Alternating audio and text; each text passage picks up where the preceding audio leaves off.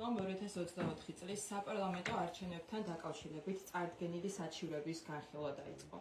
სასამართლოს თქმით, მოცემულ საქმეს შეიძლება მიენიჭოს მნიშვნელოვანი ზეგავლენის სტატუსის მქონე საქმის სტატუსი, რაც ნიშნავს სასამართლოს მხრიდან ამ საქმის პრიორიტეტულობის დანახვას, რაც მას ასევე მისცემს შესაძლებლობას შეაფასოს 2024 წლის საპარლამენტო არჩევნებთან დაკავშირებით ფარულობის დარღვევის და ასევე საარჩევნო კანონმდებლობაში სხვა დაკავშირებული ხარვეზები. საია წარდგენილ საჩივარში მიუთითებდა, რომ ჩატარებული არჩევნების დროს საარჩევნო ადმინისტრაციის მიერ საკუთარი ვალდებულებების არაჯეროვნად შესრულებამ მასობრივად დაარღვია კენჭისყრის ფარულობის ფუნდამენტური პრინციპი.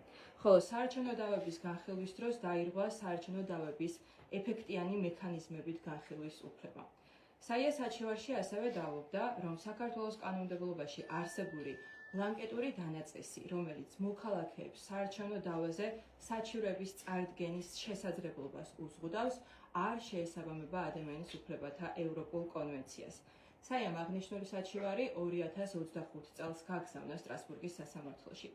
საზოგადოებისთვის ცნობილია და სტრასბურგის სასამართლოს უსვამს ამ საკითხს ხაზს, რომ საიამ, როგორც გამოცდილმა სადამკვირვებლო ორგანიზაციამ, ქვეყნის მასშტაბით მოქმედ ყველა საოლქო საარჩევნო კომისიაში ელექტრონული ტექნოლოგიების არასწორი გამოყენებით გამოწვეული ხმის მიცემის ფარულობის დარღვევის თაობაზე საჩივრები წარადგინა.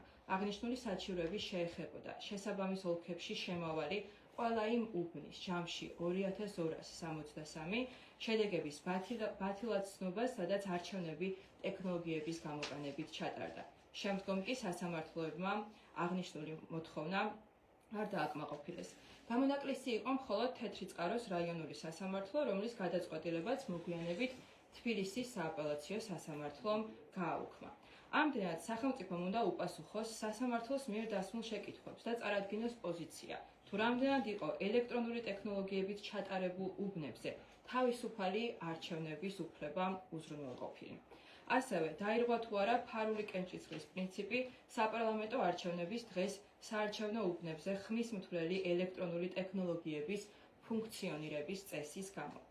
აღსანიშნავია, რომ 2024 წლის საპარლამენტო არჩევნებამდე რამდენიმე კვირით ადრე ცესკოს მიერ გამართულ სასწავლო საინფორმაციო შეხვედრებზე საიამ აღმოაჩინა ფარულობის დარღვევის რისკები 2024 წლის საპარლამენტო არჩევნებთან მიმართებით და ამის შესახებ წინასწარ მიმართა ცესკოს, რათა საარჩევნო ადმინისტრაციას მიიღო შესაბამისი ზომები ამ პრობლემის აღმოსაყრელად. 2024 წლის 28 სექტემბრის წერილით საიას ეცნობა, რომ ცესკოს მიერ გამართულ სასწავლო საინფორმაციო შეხვედრებზე გამოყენებული საარჩევნო ბიულეტენი წარმოადგენდა სატესტო ვერსიას, ხოლო კენჭისყრის დღეს გამოყენებული ბიულეტენის ხარისხი იქნებოდა განსხვავებული, რაც ფარულობას უზრუნველყოფდა. სტრასბურგის სასამართლომ სამი საჩივარი გააერთიანა და საქმის განხილვა მიმდინარეობს ადამიანის უფლებათა ევროპული კონვენციის პირველი დამატებითი ოქმის მესამე მუხლის, რომელიც გულისხმობს თავისუფალი არჩევნების უფლებას და მე-13 მუხლის სამართლებრივი დაცვის ქმედითი საშუალების უფლების ფარგლებში. სასამართლო ზემოხსენებული საკითხების გარდა ასევე იმსჯელებს და შეაფასებს, არღვევს თუ არა ხმის მიცემის უფლებას საზღვარგარეთ არასაკმარისი რაოდენობის საარჩევნო უბნების გახსნა. სასამართლომ აღნიშნულ საქმეზე პოზიციის წარდგენისთვის სახელმწიფოს ვადად 2026 წლის 15 მაისამდე განუსაზღვრა.